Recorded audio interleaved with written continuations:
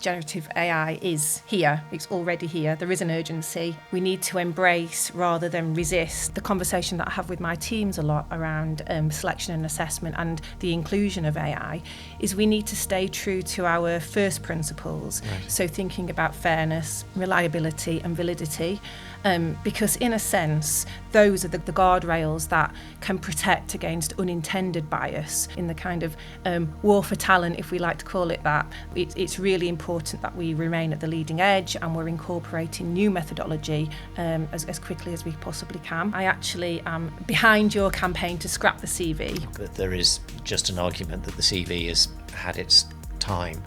We do need to think about the process. There is an alternative to the CV. It needs to be a bit more behavioural based. Mm-hmm. GenAI actually now indicates that it needs to be a bit more interactive.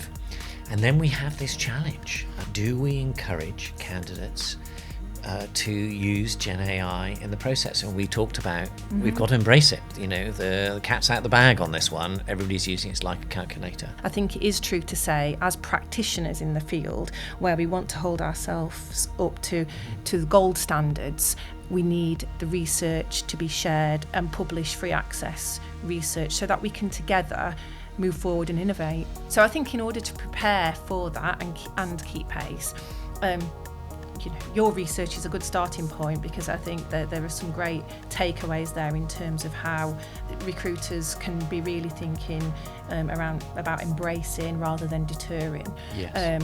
Can be thinking about more holistic, task-based methodology as opposed to reliance on some of the traditional methodologies.